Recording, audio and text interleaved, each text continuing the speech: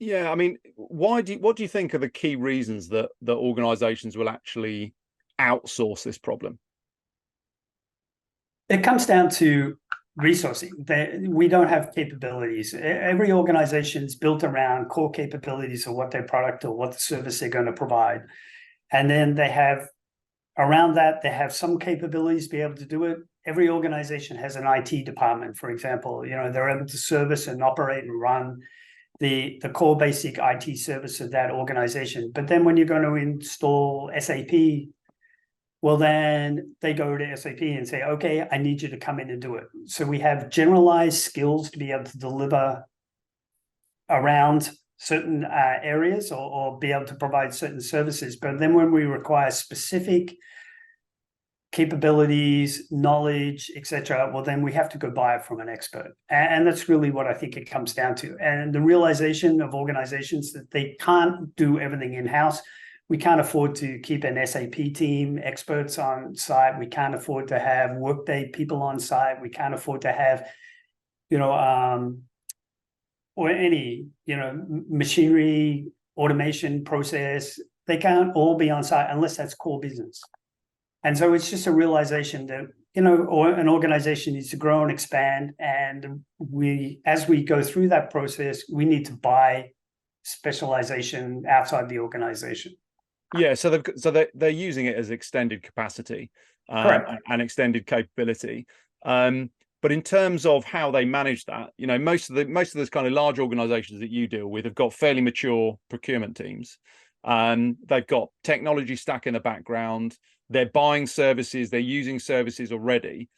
What are the key drivers that you see that will push them towards a situation where they'll go, this problem of managing all these services that we're buying, often hundreds of millions, if not billions per year. What are the key drivers that push them to say, we're going to have to outsource this to somebody? It's a good question because there's a couple of answers. One is the realization of the risk that's associated with it. Like at the end of the day, you're right. Procurement teams are well established, but they're one of the most underfunded organizations funded teams in an organization. They're just incredibly understaffed. So what happens is they are in essence doing bare minimum. So they're making sure that the big things kind of go through okay. They do their due diligence, making sure that the the overarching contracts are in place. But then once it starts getting through down the spend levels generally, once it starts getting down a little lower, so if we're talking $1 million and below, maybe, they're just transactions going through. They get a very cursory look at, unless somebody raises a point and says, hey, something's not quite right here, they're just being passed through the system. And within those agreements, anything could be written there. So I think it, I don't want to say, but, engagement managers, hiring managers, as they're having those conversations with with suppliers, those suppliers could be helping them craft those agreements. They could be inserting anything in there. And so it just opens the door to some element of risk there that really needs to be mitigated.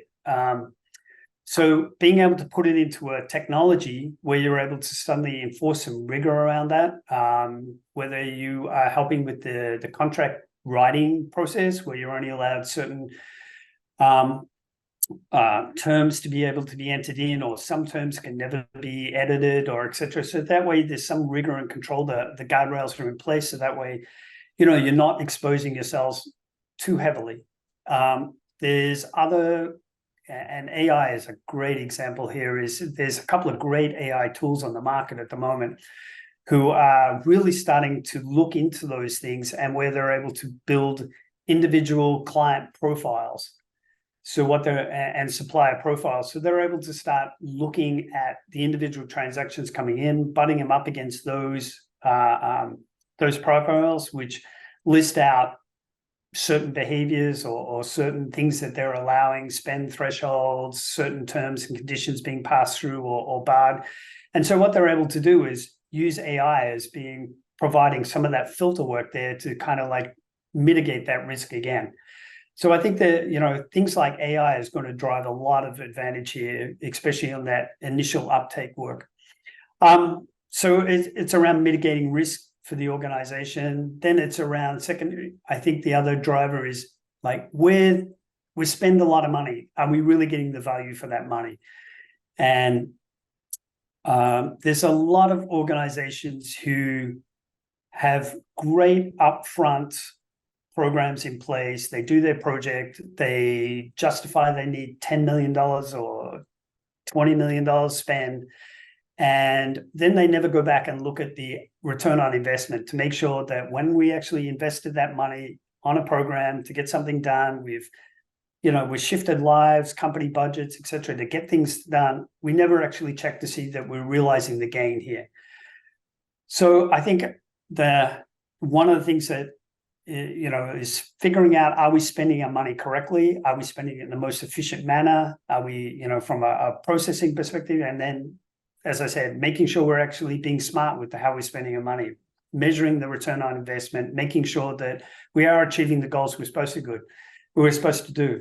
I'm sure there's many organizations you can cite and conversations you've had with all the procurement people you've met in your time, but who have run projects and they will confess to you that we should have killed this project, or we should have, we said we were going to do this, and after 6 months, we just changed our goals and, delivered it anyway, and we never really got the benefit we were looking for.